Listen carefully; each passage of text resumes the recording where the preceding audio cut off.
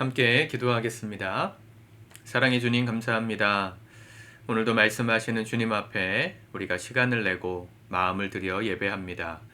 우리 성도들의 이 하루를 축복해 주시고 예배하는 우리의 마음에 은혜와 기쁨을 충만하게 채워 주옵소서. 예수님의 이름으로 기도드립니다. 아멘. 우리 찬송가 323장 찬양하시겠습니다.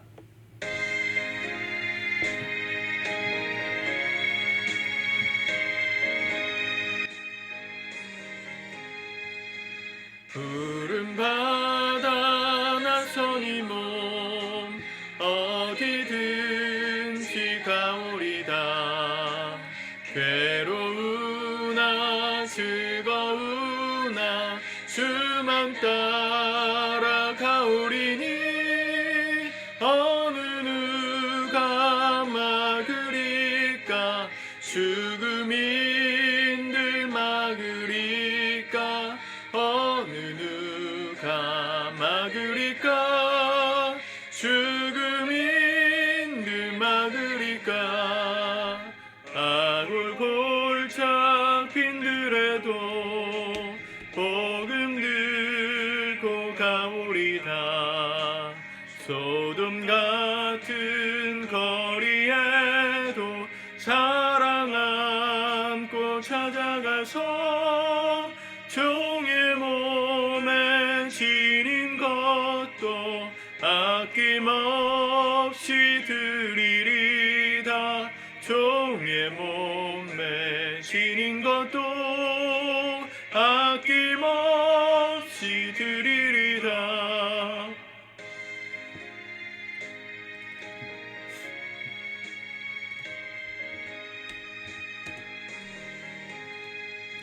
존귀 영광 모든 권세 주님 홀로 받으소서.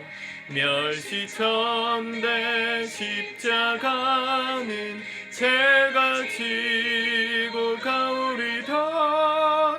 이름 없이 빛도 없이 감사하며 섬기리다. 이름 없이 빛도 없이 감사하며 섬기리다. 아멘.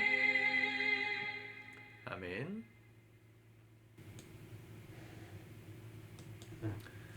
오늘 하나님 말씀은 역대상 5장과 6장의 말씀입니다.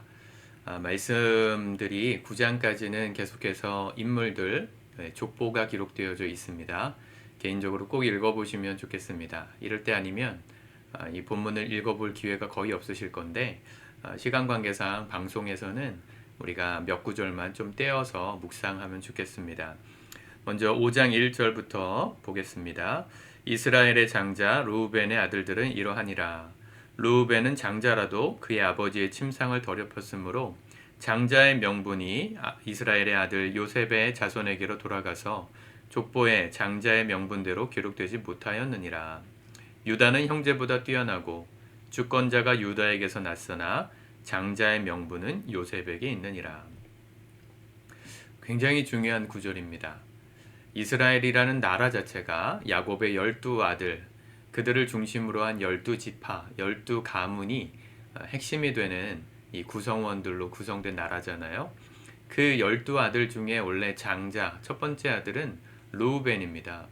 하나님은 첫 번째 태어난 자녀들, 첫 새끼, 또 첫 짐승, 모든 것들을 하나님의 것이다 이렇게 말씀하셨습니다. 그래서 아버지의 축복권이 장자에게로 흘러가게끔 이 축복의 권한을 장자에게 주셨는데 르우벤이 그 역할을 맡아야 될 사람이었습니다. 그런데 태어난 장자, 육신적으로는 첫 번째 아들이지만 그 르우벤은 장자의 명분을 잃어버렸다 그랬습니다. 이유가 나오죠. 르우벤은 장자라도 그의 아버지의 침상을 더럽혔으므로. 야곱에게는 4명의 부인이 있었죠. 요셉과 베냐민이 마지막으로 태어났을 때 가장 사랑하던 아내 라헬이 이 목숨을 잃었습니다. 그리고 남은 3 부인 중에 실바, 이 첩이었죠. 본부인의 몸종이었던 첩 실바가 이 르우벤과 더불어서 간음을 행합니다. 동침을 해서 부끄러운 일을 하죠. 그럴 수밖에 없었던 것은 아마도 나이 차이가 크게 나지 않았기 때문이었을 겁니다. 어떤 신학자들은 이 실바가 르우벤보다 더 어린 여자였을 수도 있겠다 이렇게 말하기도 합니다. 그들이 태어났던 시기나 또 이 실바가 또 야곱의 본부 첩으로 들어가게 된 그 기간이나 이런 것들을 계산하면 르우벤이 나이가 더 많았을 수 있겠다는 추측을 하는 신학자들도 있어요. 어쨌든 태어난 것은 축복의 자리에서 태어났지만 결국은 축복된 인생을 누리지 못했던 르우벤입니다. 실제로 요셉의 이야기가 나올 때도 보면 르우벤의 말이 별로 형제들에게 권한이 없어요. 권위가 없음을 보게 됩니다. 제가 일전에 창세기 말씀드릴 때 말씀드린 적이 있어요. 장자의 권한을 잃어버렸기 때문입니다. 여러분, 우리가 예수 그리스도를 믿고 구원받는다는 것은 하나님의 영적인 축복, 그것을 상속받을 자녀가 됐다는 의미입니다. 하나님 우리에게 복 주기를 원하시고 우리의 삶에 하나님의 은혜를 지금도 풍성하게 허락하시길 원하십니다. 그런데 그 복이 흘러오지 못하는 결정적인 장애물이 있는데 그게 바로 죄입니다. 죄가 왜 무서운가? 그게 무섭지 않았다면, 그게 그렇게 심각한 것이 아니었다면 굳이 하나님의 아들이 이 땅에 오셔서 인간을 대신하여 죽으실 필요도 없었을 겁니다. 죄가 얼마나 무서운지, 하나님의 축복을 가로막는 가장 치명적인 장애물이 된다는 걸 르우벤의 인생이 보여주는 거죠. 장자였지만 그 장자의 권한이 죄로 인해서 요셉 지파에게 넘어갔습니다. 그리고 중요한 또 한 가지의 말, 2절에 보면 유다는 형제보다 뛰어나고 주권자가 유다에게서 났으나, 이 유다는 셋째 아들인데 유다도 사실은 부끄러운 일을 행했죠. 그 며느리 다말과 더불어서 원치 않게 하룻밤을 보내고 또 자녀까지 낳게 되었습니다. 베레스죠. 그 유다의 이야기가 성경에 고스란히 나옵니다. 부끄러운 이야기인데 왜 르우벤은 죄를 짓고 나서 이 장자의 권한을 잃어버렸는데 주권자가 유다 지파에서 났다. 이 말은 여기서 주권자는 1차적으로는 다윗입니다. 다윗이 유다 지파 출신이거든요. 지금 이 역대상이라는 책 자체가 포로기 이후, 그러니까 다윗이 나라를 통일하고 그 다음에 솔로몬이 통치하다가 나라가 두 개로 분열돼서 나중에 바벨론에 의해서 멸망하고 포로로 사람들이 끌려갔다가 70년이 지나서 돌아온 다음에 쓰여진 거니까 나라의 정통성을 말하기 위해서 그 정통성의 시작을 다윗으로 보고 있거든요. 이 역대상은. 그러니까 이 이스라엘 백성들의 뿌리인 다윗, 그의 조상인 유다, 그가 주권자를 낸 사람이라고 말하는 거예요. 그러나 장자의 명분은 요셉에게 주어졌다. 주권자가 유다에게서 나왔다. 다윗이 유다 족속 지파 출신이었다는 거. 유다는 왜 그렇게 됐을까? 유다는 다말을, 며느리를 본의 아니게 동침하고 자녀를 출산했을 때 그 다말이 그 시아버지의 부끄러운 행실을 사람들에게 드러내잖아요. 그때 유다가 뭐 했냐면 회개했습니다. 저 며느리가 나보다 옳다. 내가 잘못했다는 걸 그렇게 표현한 것이죠. 유다는 자기의 죄를 회개했어요. 뉘우쳤어요. 그리고 그 자기의 죄에 대한 대가를 치렀어요. 자기가 부끄럽게 난 그 아들을 자기의 아들로, 원래는 사실은 손자에 가까워야 되잖아요. 아들의 며느리였으니까. 며느리와 더불어서 난 아들이니까 손자여야 하는데 자기의 양자로 삼아서 이 유다 지파의 가문에 계승하게 합니다. 유다가 회복될 수 있었던 건 회개가 있었기 때문이죠. 회개가 왜 이렇게 중요한가? 죄가 무섭기 때문이고 그 죄를 이길 수 있는 유일한 비결은 회개입니다. 예전에 예수님의 사람이라는 책으로 제자훈련을 할 때 그런 질문이 나옵니다. 죄 짓고 회개하고 죄 짓고 회개하기를 우리는 반복하는 죄가 있습니다. 우리가 쉽게 넘어지는 죄악이 있습니다. 그 죄가 결국은 우리 인생 가운데 이 죄와 회개의 사이에서 무엇이 결국은 이기게 될 것인가? 누가 이기겠는가? 질문했을 때 정답은 뭘까요? 마지막에 하는 것이 이기는 거다 그랬습니다. 마지막에 내가 지은 게 죄라면 죄가 이긴 거예요. 그게 결론이 되는 거예요. 그러나 회개한 것이 마지막이라면, 마지막에 한 게 회개라면 그 무서운 죄의 결과도 지나갈 수 있다는 것이죠. 그래서 우리에게 회개할 것을 주님 말씀하시는 겁니다. 죄가 있음을 인정했다면 그걸 고백하고 자복하고 반복하지 않겠다고 결단하는 거, 그게 뭐 그렇게 중요한가 싶은데, 우리의 죄의 그 저주를 끊을 수 있는 유일한 해결책이 회개에 있다는 것을, 예수의 피로 우리를 정결하게 씻는 것에 있다는 것을 성경은 누차 강조합니다. 요한계시록에도 보면 흰옷을 입은, 세마포를 입은 주의 백성들이 순교당하고 하나님의 구속의 날을 기다릴 때 어린 양의 피로 그 옷을 깨끗하게 하였다, 이런 표현이 나와요. 날마다 깨끗하게 자기의 죄를 회개하고 정결하게 한 사람이 흰옷을 입는다, 이런 표현이 나오거든요. 하루를 마무리할 때 우리가 오늘 하루를 회개하면서 마쳐야 되는 이유는요, 어떠한 죄를 지어도 회개하는 자에게 주님은 죄의 용서함을 허락해 주시겠다고 약속하셨기 때문이고, 회개한 자에게 하나님은 다시금 기회를 주시는 분이시기 때문입니다. 유다는 그 회개를 기회로 삼았어요. 결국 다윗이 그의 가문에서 나왔고, 또 예수 그리스도도 유다 지파를 통해서 탄생하셨죠.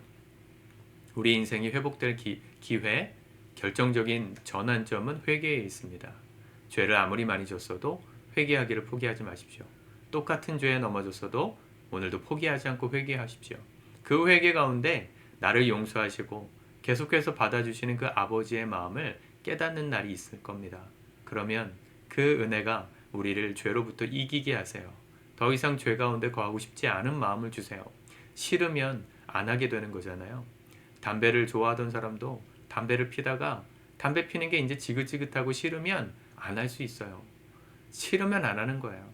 우리가 아무리 좋았던, 아무리 달콤했던 그 죄의 유혹도 하나님의 사랑을 깨닫고 그렇게 사는 내 모습이 싫어지면 안 할 수 있는 거예요. 유다가 회개함으로 회복됐음을 우리 기억하면서 합시다. 오늘 회개가 우리 삶 가운데 풍성하게 일어나길 바라고요.